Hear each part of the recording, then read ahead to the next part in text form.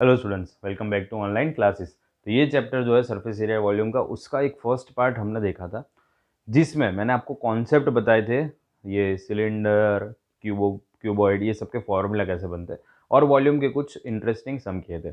इस पार्ट में हम वॉल्यूम के तो रिलेटेड थोड़े बहुत सम देखेंगे, पर साथ में एरिया के, सरफेस एरिया के रिलेटेड सम देखेंगे। सरफेस एरिया का कॉन्सेप्ट वो पार्ट में बताया हुआ है कि जिसमें कब हमें स्पेशल केस यूज़ करना, कब हमें टोटल सरफेस एरिया का फॉर्मूला यूज़ करना, ये सारी चीज़ें बताई हुई है। तो ये पार्ट में हम बेसिकली इन फॉर्मूलाज को देखने वाले हैं, इसलिए यहाँ पे पहले से मैंने लिस्ट बना दिया है। और कौन का मैंने यहाँ पे बताया कि कौन जो होता है उसका शेप ऐसा होता है जिसमें ये वाली जो हाइट होती है स्लांट हाइट, ठीक है, ये वाली होती है वर्टिकल हाइट, जो कि हम जनरली एच से ही डिनोट करते हैं, स्लैंट हाइट को एल से, और ये उसके बेस का रेडियस है। तो यहाँ पे एक राइट एंगल ट्राइंगल जैसा फॉर्म होता है, जिसकी वजह से पाइथागोरस थ्योरम से L square equal to R square plus H square ऐसा फॉर्मूला बनता है। इसका जो लिटरल सरफेस एरिया आप कह सकते हो, या कर्व सरफेस एरिया भी कह सकते हो, generally L S literal surface area लिखा जाता है, वो पाई आर एल है। टी एस में नीचे का एक बेस ऐड हो जाता है पाई आर स्क्वायर प्लस, और इसका वॉल्यूम जो है वो 1/3 होता है सिलेंडर के वॉल्यूम से। सिलेंडर का वॉल्यूम होता है पाई आर स्क्वायर है, तो उसका 1/3 होता है। ओके, तो यहाँ पे पहला सम अब देखते हैं हम। फर्स्ट सम में क्या बताया आपको, टेंट। टेंट देखा है ना आपने, ऐसे भी टेंट होते हैं, ठीक है।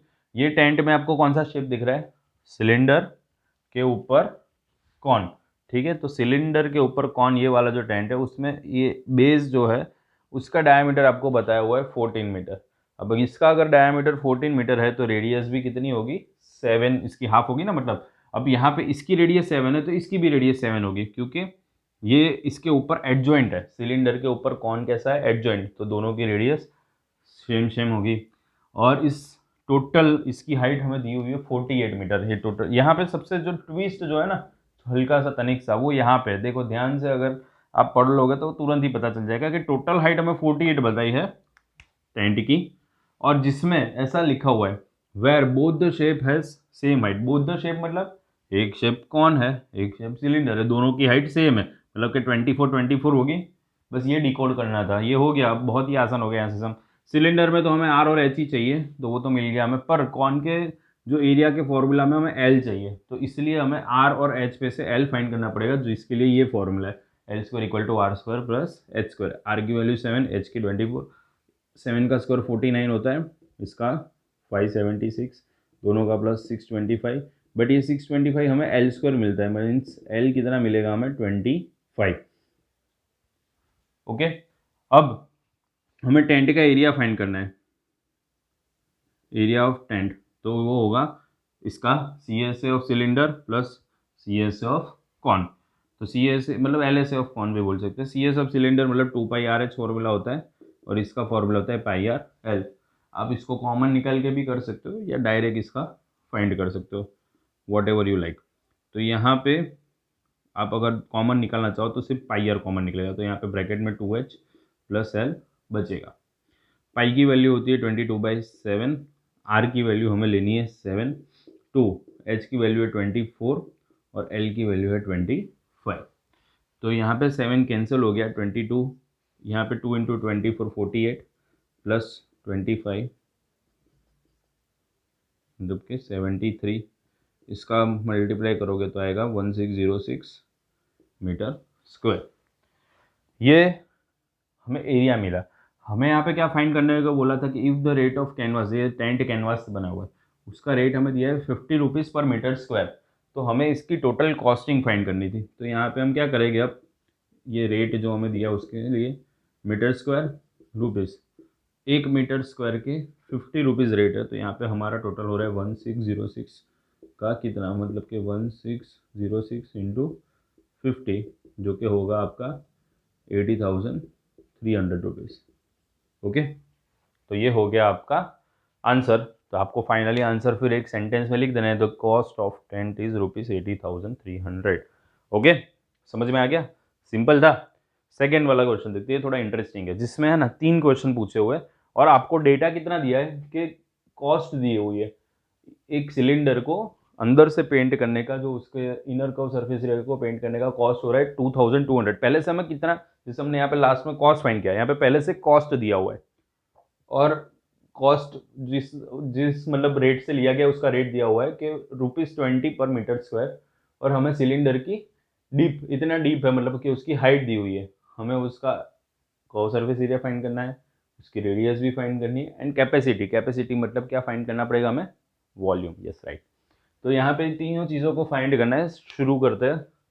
सबसे पहले जो रेट दिया है उससे हम सी एस से फाइंड कर सकते हैं। रेट में ऐसा है कि 1 मीटर स्क्वायर पे 20 रुपीज़ ये दिया ना, पर metre square rupees 20।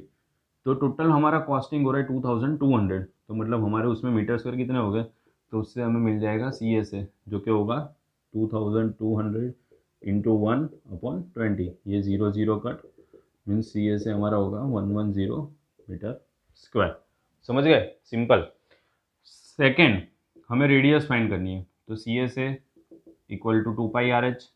C S A की वैल्यू 110, पाई की वैल्यू तो हम 22/7 लेते हैं। आर हमें पता नहीं है, और एच की वैल्यू हम क्या लेंगे, 10, क्योंकि डेप्थ हमें उसकी वो कितना डीप है वो बताया, 10 मीटर। ओके, तो यहाँ पे 110 into 7 equal to 2 into 22 into R into 10, मतलब कि R equal to 110 into 7/2 into 22 into 10। ये एक एक ज़ीरो कैंसिल, मतलब कि 77। यहाँ पे ऐसे इसको भी कैंसिल कर सकते हो, 11 2 22। तो फाइनली बचता है 7/4, 7 डिवाइड बाई 4, मतलब कि बचेगा क्या, 1.75 मीटर। तो रेडियस हमारी इतनी है, 1.75 मीटर। थर्ड जो पार्ट है उसमें कैपेसिटी फाइंड करनी है हमें। सो कैपेसिटी मतलब बेसिकली क्या फाइंड करना है हमें, वॉल्यूम ऑफ सिलेंडर, जो कि फॉर्मूला होता है πr²h। तो पाई की वैल्यू तो हम लेते हैं 22/7, आर स्क्वायर को लेना पड़ेगा ऐसे 1.75, एच हमारा 10। इसको कैंसिल करो, ये 25 आएगा, ये 4, ये 11, ये 2, ये 5। फिर जो बचा उसका कैलकुलेशन करके फाइनल आंसर आप लिख देना, जिसको पीछे यूनिट आएगा मीटर क्यूब, क्योंकि ये वॉल्यूम है। ये यूनिट के भी छोटी छोटी चीज़ें ध्यान में रखनी ज़रूरी है, क्योंकि अगर गलती से यहाँ पे मीटर स्क्वायर लिख दिया तो वो तो एरिया में होता है, तो यहाँ पे भी मार्क्स आपके कट सकते हैं। तो वॉल्यूम हो तब आपको मीटर क्यूब रखना है, जब एरिया होता है तब हम मीटर स्क्वायर रखते हैं, और रेडियस या हाइट जैसी चीज़ है उसको सिर्फ हम मीटर में रखते हैं। तो इन चीज़ों का ध्यान रखना है। साथ साथ में अगर कन्वर्जन हो, जैसे हमारा ब्लास्ट सम है उसमें ये चीज़ है, तो आपको 2-3 कन्वर्जन याद रखने। एक तो 1 centimetre cube equal to 1 ml होता है, और 1 metre cube equal to 1000 litre होता है। यहाँ पे मैं लिख रहा हूँ 1 मीटर क्यूब, ये याद रखना, 1 metre cube equal to 1000 litre, और 1 centimetre cube equal to 1 ml। ये दो चीज़ें याद रखना कन्वर्जन में, जब लीटर में उसमें करना हो तब। तो यहाँ पे क्वेश्चन में ऐसा ही दिया है हमें कि एक स्पीयर है जिसका डायामीटर दिया हुआ है आपको, वो है 10.5 सेंटीमीटर। इसका रेडियस कर देते हम, थोड़ा आसान कर देते हैं आपके लिए, कि इसकी रेडियस जो है वो है 10.5 सेंटीमीटर। उसका वॉल्यूम फाइंड करने को बोला है। तो वॉल्यूम ऑफ स्फीयर जो है उसका फॉर्मूला होता है 4/3πr³। तो यहाँ पे पाई की वैल्यू तो हम 22/7 लेते हैं,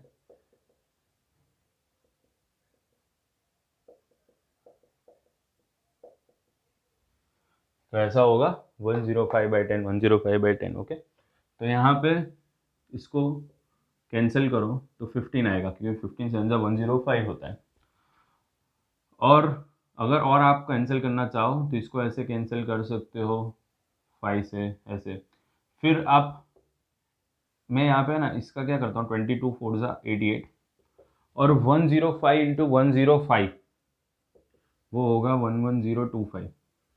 ये इतना इजीली कैसे काउंट कर लेता हूँ, तो उसकी एक ट्रिक बताता हूँ आपको, कि जैसे 100 के आसपास कोई भी मल्टीपल हो, ऐसा नहीं सेम ही होना चाहिए, ऐसा ज़रूरी नहीं है, उसके आसपास कोई भी हो, जैसे 98 97 या 102 इंटू 109, तो उस तरह के सम के लिए आपको सिंपल क्या टेक्निक यूज़ करनी है, कि ये 100 से 5 नंबर ज़्यादा है, ये भी 100 से 5 नंबर ज़्यादा है, यहाँ पे दोनों का मल्टीप्लाई कर दो, 5 5 25, और इसमें ये ऐड कर दो 105 + 5 मतलब 110।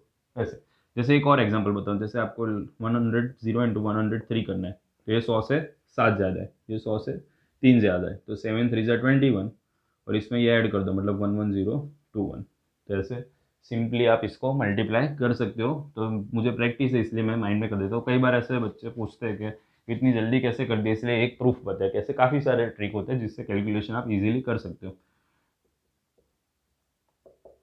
88 5 440 और उसको फिर इसके साथ मल्टीप्लाई करेंगे तो ये हो जाएगा आपका 4851,000 अपॉन 1000, मतलब कि कट, मतलब कि 4851 सेंटीमीटर क्यूब, क्योंकि वॉल्यूम था। अब यहाँ पे ट्विस्ट, अब यहाँ पे क्वेश्चन में आगे और एक क्वेश्चन पूछा हुआ है कि ये जो स्फीयर है उसको अगर हम दो हेमिस्फेरिकल टैंक में कन्वर्ट कर दें तो उसमें कितने लीटर पानी आ सकता है। ठीक है, तो बहुत ही आसान है, बस यहाँ पे कंफ्यूज नहीं होना। दो गलतियां कर देते बच्चे। पहली गलती क्या कर देते कि स्फीयर से हेमिस्फीयर में कर दिया तो वो लोग क्या सोचे कि रेडियस को हाफ कर देते। जी नहीं, देखो एक पूरा स्फीयर है, उसको हम दो हेमिस्फीयर यहाँ से बीच में से कट करते तो डायामीटर उसका सेम ही रहेगा दोनों हेमिस्फीयर का, मतलब रेडियस भी दोनों की सेम ही रहेगी। तो उसकी रेडियस हाफ नहीं करनी जब भी स्फीयर से हेमिस्फीयर करो, तो पहली गलती ये नहीं करनी। दूसरी गलती कि यहाँ पे फिर है ना उसका इंडिविजुअल फाइंड करेगा और टाइम वेस्ट करेगा, ऐसा नहीं। देखो यहाँ पे थोड़ा सा हल्का सा लॉजिक लगाओ, स्मार्टनेस यूज करो। दो हेमिस्फीयर का अंदर कितना, ऐसा दोनों हेमिस्फीयर का हमको पूछा है, तो दो हेमिस्फीयर में एक स्फीयर जितना ही आएगा ना, क्योंकि उसी में से तो निकाला गया है। तो सिंपल क्या हो जाएगा, volume of two hemisphere equal to volume of a sphere, एक स्फीयर जितना ही होगा। तो मतलब कि volume of two hemisphere equal to 4851 centimetre cube. But यहाँ पे तो हमें वॉल्यूम किस में पूछा है, कितना लीटर वाटर आएगा, तो इसको लीटर में कन्वर्ट करना पड़ेगा ना। तो पहले तो 4851 ml, जितने सेंटीमीटर क्यूब होता है उतना ही ml होता है, तो इसको पहले तो इसमें कन्वर्ट कर दो। और ml को लीटर में करना है तो 4.851 लीटर,